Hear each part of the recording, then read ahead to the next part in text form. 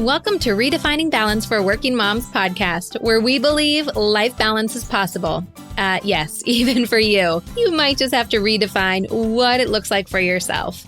I'm your host, fellow working mom, and founder of Your Life Rocks, Jenny Stemmerman. Each week, I'll bring you practical, real-life tips to help you focus on the things that matter most in life and be the best version of yourself in every area that God has called you to. Ready to redefine what balance looks like for you and your life? Let's go.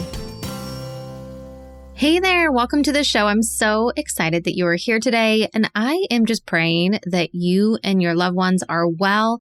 Man, what a crazy last couple weeks it's been all across the globe. I'm recording this from inside the United States, and the last week, it has just been nutso with the coronavirus and all of the other things. In fact, the episode that we had for you this week, the person I was interviewing ended up being sick. Not with the coronavirus. We are praying and hoping that that's not what it is, and it's just a cold or a flu or some other kind of virus.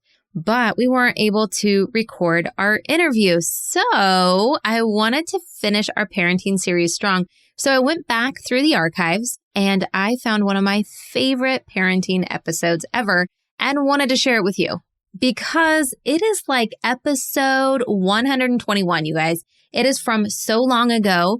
You probably haven't heard it, or if you did hear it, it was so long ago that it will be fresh and great for you to hear again. Because today, we are talking about peaceful parenting. Now, in this parenting series, we have been talking all about how we can be the mom that we really want to be. You know, oftentimes when we're talking about parenting, we're talking about kid-focused. Like, what do we need to do for our kids? But this series is really more about us and what we can do to be the best mom possible. And I don't know about you, but I always want to be that mom that is peaceful and gentle and not always yelling and screaming.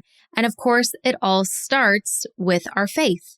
And I feel like it's such a great message to be ending our parenting series with, because right now we all could use stronger faith to be able to depend on God and not our Facebook feed for our news and where our anxiety lies. We know that God has this regardless of what is going on in the palm of his hand.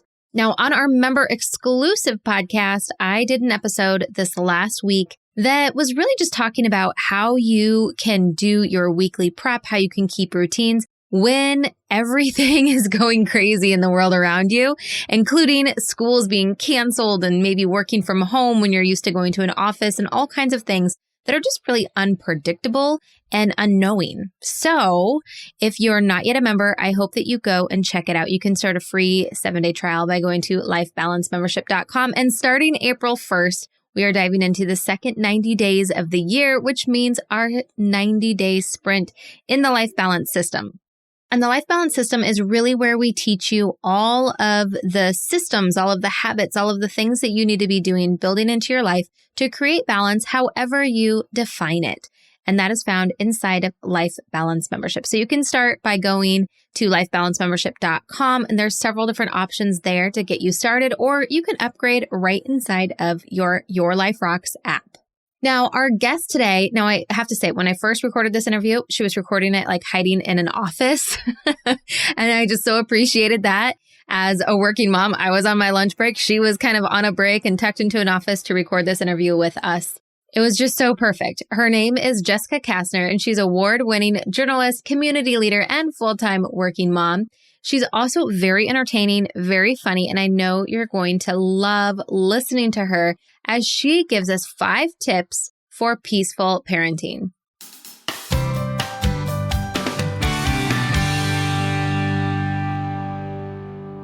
Welcome, Jessica. I am so excited to have you on the podcast and to hear some wisdom about parenting from you. I know it's going to be a great show, but before we dive into all of the awesomeness that you've prepared for us, tell us a little bit more about who you are, where you are, all of that good stuff.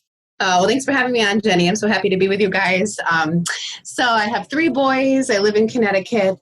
I work full-time at a book publisher in media engagement, and I just came out with my first books. I've always loved writing. It's a really exciting time in my life. I feel like God's just making kind of all the long dreams of my life kind of come true. So we're just enjoying this season. My kids are 8, 10, and 17 now. So I love these ages. So I just feel like I'm at the time of life where I'm eager to share. I call it wisdom mined from the trenches because I feel like I earned every good thing. So thanks for having me. Absolutely. Gosh, 8, 10, and 17. Mine are 8 and 12. So kind of in a similar range, but but both boys. And you have all 3 boys too, right? Yeah. Yep. They're so fun. They are fun. Crazy mom of being a boy mom. I know. Yeah. It's crazy. Love it. All right, good. Well, I am so excited. I know you are recording this on your lunch break, and I'm recording this right before I go into work. So this is working life, like this is life, right, for us working moms. So I love that you are on. Thank you so much for making time in your day for us. Now, have you always been a working mom, or were you a stay-at-home mom at one point in time? So I have a slightly less traditional kind of trajectory. I was a single mom before I became a Christian. I got pregnant in college. I was a single mom for 7 years. I worked full time from the age of like when he was 1. And then when I was married, I quit my job for 5 years till the youngest started kindergarten. So now I've been back at work full time for about 4 years. So I really have experience, and I feel like I can help people in all of those different phases and experiences. So yeah. Yeah, that's amazing. Like you've lived into every type of, just about every type of mom that there Pretty could much. be. Yeah, that's great. That's great. Mm-hmm. Well, this is probably why you have so much great wisdom to share with us about how we can be really great moms as working moms. But, that's a lot to balance between an 8-year-old, a 10-year-old, 17-year-old, a husband, full-time job, plus writing a book and doing everything that encompasses. So talk to me a little bit about life balance, because that's what we're all about here on Your Life Rocks. So what does balance look like for you? How do you define that for your life? So for me, I feel like it shouldn't look the same for anybody. One of my strongest messages is just figuring out your own mothering style, forgetting everything that you thought life was supposed to be or feel like, or what you're supposed to be successful or enjoy, and just figure it out for yourself. And it took a while for me to do that. I don't think it happens overnight. So for me, balance is first, put the Lord first. So I wake up early, have my quiet time. I just need it. Half the time is just with my eyes closed, listening to worship music. So whatever you need to connect with the Lord. So that's how it all happens. That's the foundation. I don't think there can be true balanced and abundant life without that. So besides that, I feel that I just kind of made my own routine. I feel like it's being present with your kids. I feel like it's just, I do love envisioning before I come home from work. So it's a little stressful. You walk in the door, there's dinner, there's homework due, and there's a million other things. And I just kind of have learned to be more purposeful and just think about what I want the next 3 hours to look like. Because for so many years, it just seemed like chaos. I mean, it still is, don't get me wrong. Anybody who, I don't know, these mothers are like walking in, but I feel like I feel like I've learned to just be more purposeful and more present instead of just like surviving. I like how on your website you say we're not meant to just army crawl or just struggle through the day, survive the day. And I used to do that for so many years until I just felt so exhausted and so like you're not doing anything right. You're not doing, living to the fullest in any of these categories. So I just kind of started being more prayerful, even just about the next hour. Okay, I want the next hour. I want bedtime to be peaceful. I want to connect with them because otherwise it just feels like a circus, right? Yeah. If we treat it like a circus, it will feel like a circus. Yeah. Yep. So that's I love that. I love that. That's so perfect. Well, and everything that you've said is exactly what this show is all about, and just really helping to equip working moms to create that own balance for themselves, to define it for what it is for them, not the expectations that other people put on them. So I'm really excited to learn from you. And it's funny that you use the word peace, because as I was looking over your success tips that you're going to share with us, I was like, oh my gosh, this is all about like peaceful parenting. It's like peaceful parenting 101. Yes. And I love all of that you have for us. Now, before we get into those great tips that you have shared with us, tell us a little bit about the book that you wrote. What is it called? What is it about? And why should we read it? Okay, so I'll be really quick. It's really just a funny memoir. It's called Hiding from My Kids in My Prayer Closet, Finding Grace and Laughter When Motherhood Gets Real. And it's really just a story, just from my life, funny stories with tips. And it's so funny. Everybody's like, what's the big takeaway? What's the big message? That's what the publishers want to know. And I'm kind of like, I don't know. It's just like to make people laugh and know that they're not alone and that they're not the only ones struggling. Because I feel like in Christian circles, especially, and I experienced that when I first became a Christian, I was a new mom, and I feel like we have a tendency to feel pressure to put forth a sense of togetherness and not quote unquote complain or share what we're really struggling with or what we feel disappointed or lacking in, because then it might seem like we're not grateful and we're not really, strong Christians. And I'm so opposite of that. I just appreciate being real. And I feel there's so much freedom when you could just say, you know what? I feel like this isn't that joyful. Like I have a hard time like just sitting on the floor with my toddler, and it's lonely, and I feel like I don't feel the rainbows that I'm supposed to feel. This Proverbs 31 woman, I always said she was medicated. I no way. Like getting up and waking early with her children praising her all around her like that. So, but that's what I was raised in a Christian home, and I feel like we have this ideal in our heads, whether it's our mothers who are mostly stay-at-home moms, at least in my kind of community that I was raised, my mom was a pastor's wife, and things just seemed perfect and easy, and life was so less complicated back then, I think. So now here we are with our kids, and I just feel like there's just this coming up short, not really being successful, just a feeling. And I feel like sometimes we place it on ourselves, sometimes we place it on each other, but I do think it's exaggerated in Christian circles, because I feel like your home is an example of Christ's authority in your life. And, we have the peace that surpasses all understanding, but we can't even like make it to breakfast without having a breakdown or driving in traffic, driving to the school. So I wanted to put something out there that's a little different in the Christian realm, and just say it's okay. Like, but you could still feel joy, but it doesn't mean you're going to be like skipping to the bus stop every day. Like, come on. Right. And, Yeah. yeah. So it's been fun. I'm so grateful to be able to share it.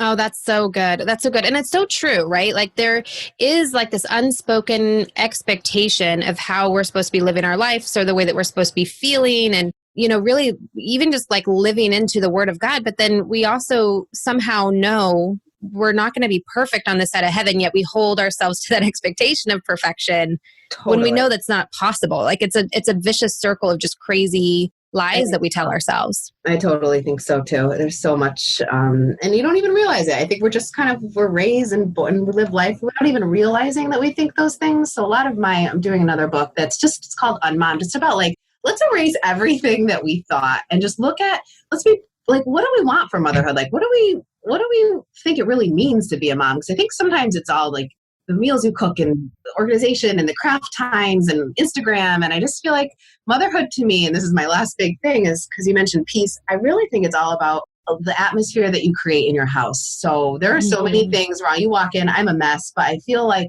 we're really joyful. I feel like people notice a difference walking in our house, which hopefully most Christian homes you would think you notice, you feel a difference. So I don't think that's so special, but that's my thing. I feel like I could fail at every other area. I just feel like I'm coming up short, but that is something that I think is the core of motherhood, is just providing an atmosphere of peace and joy and love, and the rest will come, right? With prayer and leaning on the Lord, it might take a while, the rest will come. But I feel like that's what being a mother is for me. And it could be different for everybody else, but yeah. That's awesome. That's awesome. And this is such a great leeway into the tips that you have shared with us on how we can really live into that and dive a little bit deeper into some of the things that you have shared with us.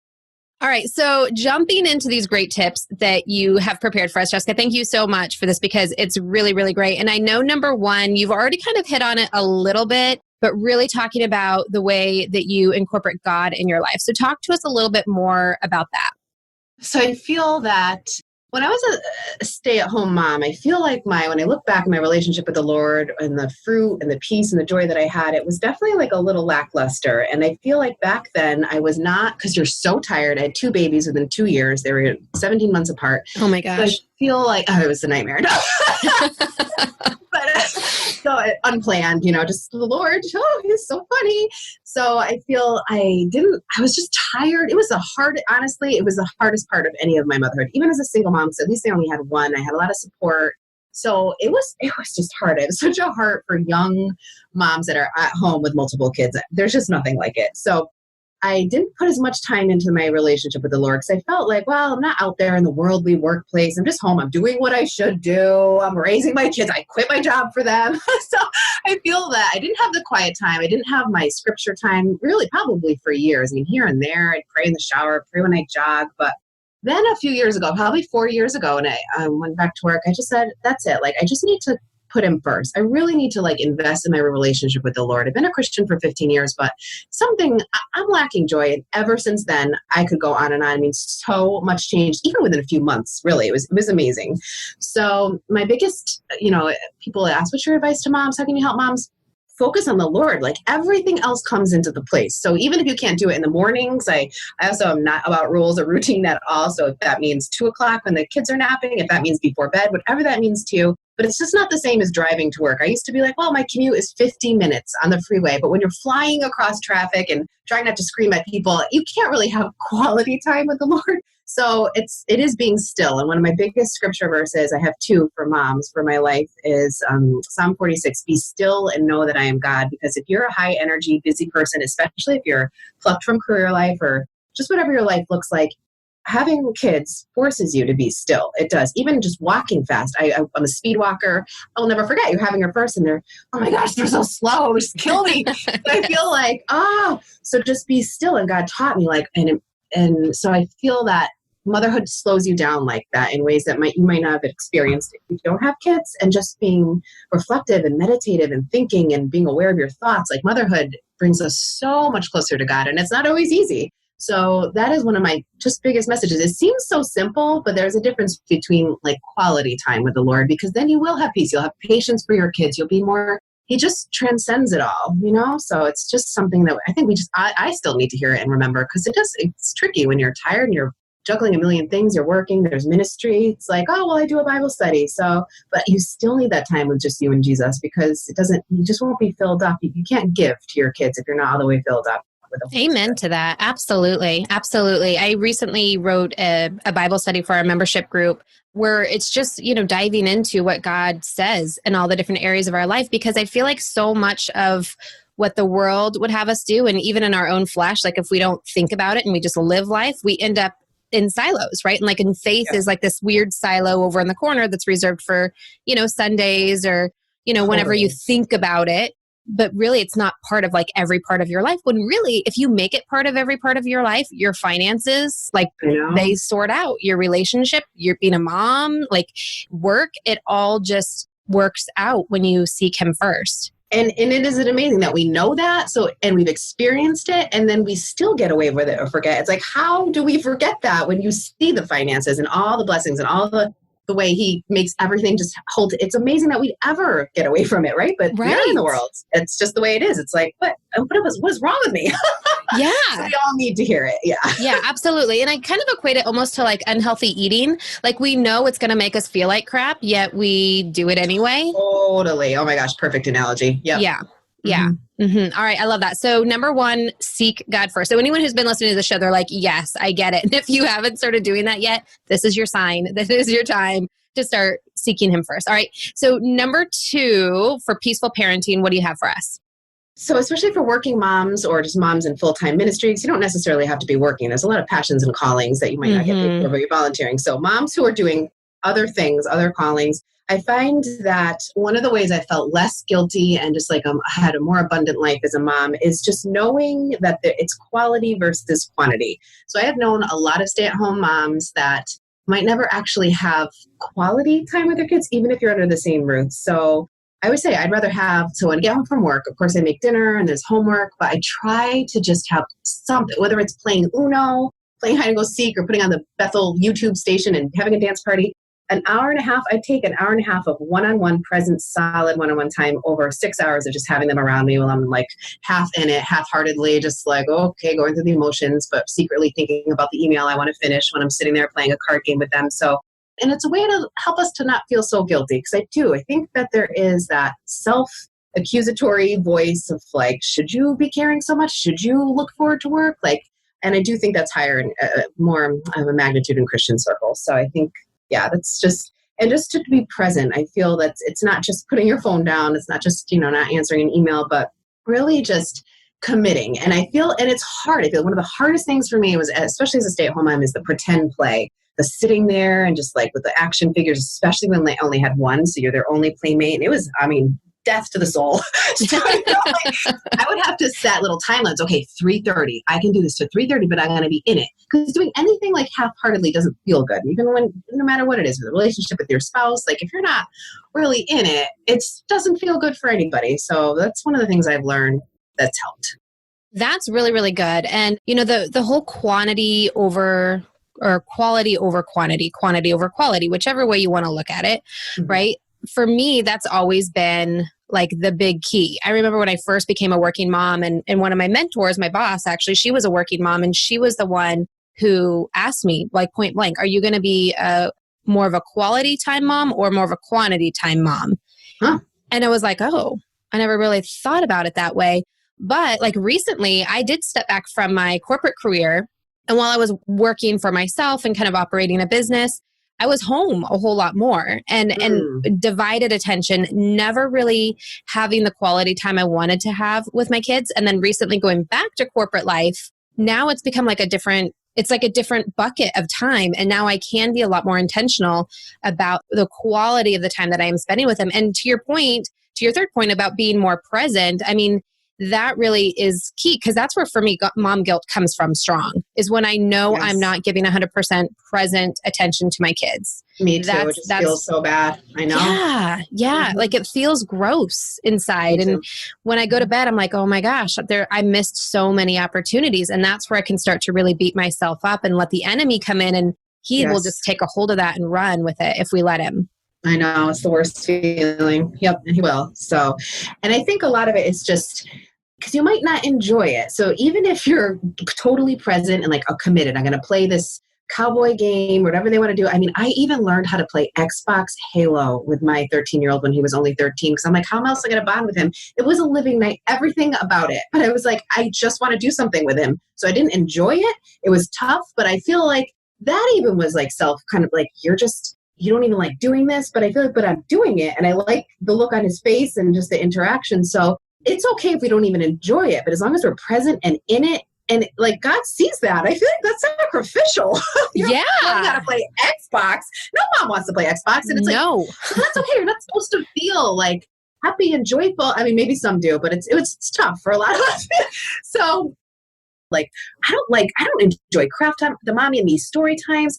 I remember going to the mom play groups, and they talk about, this teeth's coming in, and how many months, and I didn't want to talk about it. I wanted to talk about politics. Like and after a while, I'm like, that's okay. That is okay. Because there's so many things that make me a great mom. There's so many things I do prioritize. So it's just letting go of all that, Oh, yeah. Yeah, absolutely. And hats off to you for learning to play Xbox. Oh, my goodness. Do you know how many little controls and buttons are on those things? Oh, my gosh. Yeah. You know what? My kids finally gave up because I'm so bad at it. That it's like painful for them to watch me, but they just want me to be present with them while they're playing. So I just get to sit there and be like, oh, good job. Oh, look, get that guy over there. They always give me a job. Like, Mommy, you have to look for the bad guys that I might not see. So that's my job. So I'm not allowed to hold the controller anymore. Well, it's funny you said that because my son, it's actually in my book under a whole chapter of like technology. And he's like, Mom, you're shooting yourself. Mom, you're killing our team. Like, so it didn't last long. I have to say, got to be truthful. It didn't last long. Oh my gosh. It's so funny because my oldest one, he was trying to teach me how to play a new game and he goes, you're ruining my stats. You're making me look bad. I'm like, sorry. Oh my gosh, it's so hilarious. Oh my gosh. Doing, right? Oh my gosh. Well, this is so good. And I'm really excited to hear your last tips that you have for us because these have been really, really great and just really life affirming. So Jessica, I'm really excited to hear these last couple tips that you have for us. Okay, thanks. The next one, I think, and it might seem obvious, but as I just talked about earlier, I think the minutia of domestic life, I have a struggle with it. When I do dishes, don't you sometimes just feel like you live in the sink? I just feel like I live in the sink and I sit there thinking, how many hours of dishwashing? I'd rather be doing a million more things. And I felt like after a while, God was convicting me. He's like, you know what? This is the season you're in. You have to clean the dishes so your kids can eat on clean. It's going to be interesting or exciting. I felt like God was like, this is the season you're in, so do it well and do it for me. Because I feel like there's so much about motherhood that's thankless and you feel like no one notices because they don't. I mean, half the time they don't. Think of all the things that we do. Even just finding like making lunch at night and 10 p.m. and searching for matching socks and ironing and all that stuff we do. I feel like I remember having a friend when I first became a mom. I used to kind of like inwardly roll my eyes. She's like, I just do it unto the Lord. She's like, when I fold my kids' laundry, and she has 6. She's like, I just pray for each one. I think about each one. And I used to think, oh, really? Okay. But after a while, I actually know what she means. I feel like I through these things, these kind of mundane, everyday, the grind, I call it, the carpooling, the constant driving, and you're just in your car. Now I'm just like, I'm doing it for the Lord. It's all part of raising my kids well. I don't want to look back and just see myself grumbling and like, oh, like, just can't wait till these dishes are done. It's like, I'm doing it for my family and they're a gift. And this is not going to be forever. In 20 years, I'm not going to be doing dishes. And, and that's a different season. So I feel like God cares and values and is proud of us, especially when it's difficult for us. Because some people thrive. I have a friend who loves cleaning, and my mother, she thought it was therapeutic. She loved it. I don't get it. So I feel like, but God knows that about me. He created me that way, so it's okay. I feel like He's proud. So I feel like just involving Him and just knowing it has so much more value than we think. Yeah, absolutely. I totally agree with that, because I think so much of it too is whether we like to do it or we don't like to do it, it's really setting a standard for our kids and for how they should be living, teaching them the way that they should go so that they will follow that in their older age. And I think the more that we can raise the bar, and I know this is weird a way of looking at it, but for me, there are some times when the house isn't clean or I didn't get laundry all the way done and they don't have clean socks. They appreciate it more when they do, when they realize what it's like when they don't. But for me, I want them to kind of raise that standard of, we put away our things. We have an organized house. We clean, we cook, we spend time together. We think about the food that we're putting into our bodies. All of those things that I really do not like. I am not a cook at all. Yes, it's like the worst chore in the world for me. But I do want them to like raise their standard of living and not lower it. And seeing me lower it will like kind of give a gateway for them to lower even more. And so for me, I almost see it as like a generational thing of legacy, of bringing it up even higher, knowing that God has fully equipped us to live this life and He's called us for high standards of living. And so who are we to lower those standards? Absolutely. And I'll conclude with my last point. I think that what really helps if you're a working mom, if you're out of the house a lot, is think about what the most difficult part of being a working parent is, like what gives you the most stress, whether it's bedtime or pickups, coordinating pickups if kids have a lot of after school activities, that kind of thing.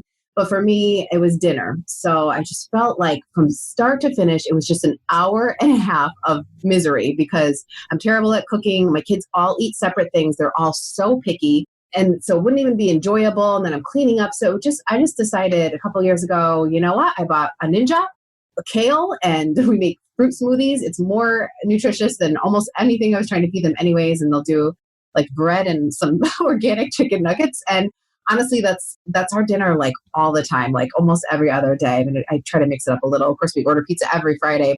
And I used to feel guilty about that. I used to feel like, I remember growing up, I would run to the table. We had great, my mom was a great cook, but she had time and she loved cooking and she was at home. So I just let it go. Nothing is going to make it on Instagram from our dinner table. But that's okay. I don't feel guilty about it. They're getting, multivitamins and we enjoy dinner now. And yeah, so it's just doing things your own way, just without feeling guilty. I love that. And I think it's so freeing. I mean, for us, there are nights, I like I said before, I really am not a good cook. I don't enjoy cooking, but I try. Like I definitely do try. But then I sometimes feel guilty because very rarely do we all sit down at the dinner table at once. I mean, we're all just too busy and running around. And, when we do, it's like a special occasion, but we're still together. Like we might be standing, like last night, we were standing up in the kitchen eating soup,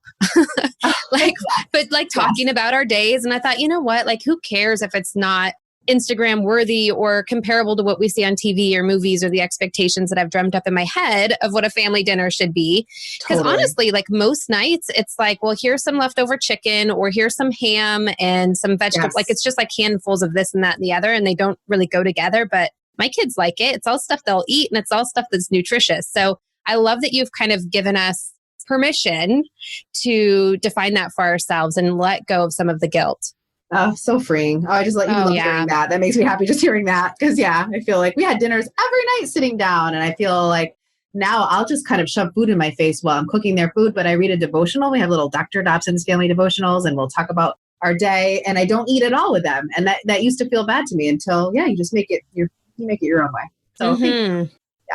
I love that. I love that. Making it your own way. That's like the tweetable from this, from this whole episode, Jessica. Thank you so much for spending your lunch hour at work with us and sharing these tips with us. They were absolutely incredible. Now, where can people find more about you? Where can they find your book?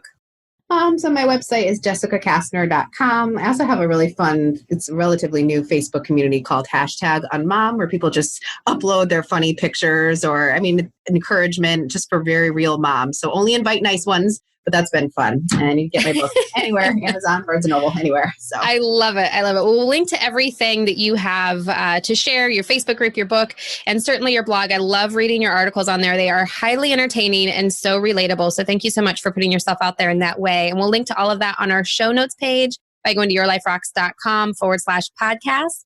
Jessica, thank you so much for coming on and sharing so generously with us today. Oh, it's been wonderful. Thanks, Jenny. Good luck with everything. Your message is awesome. Thank you. Take care.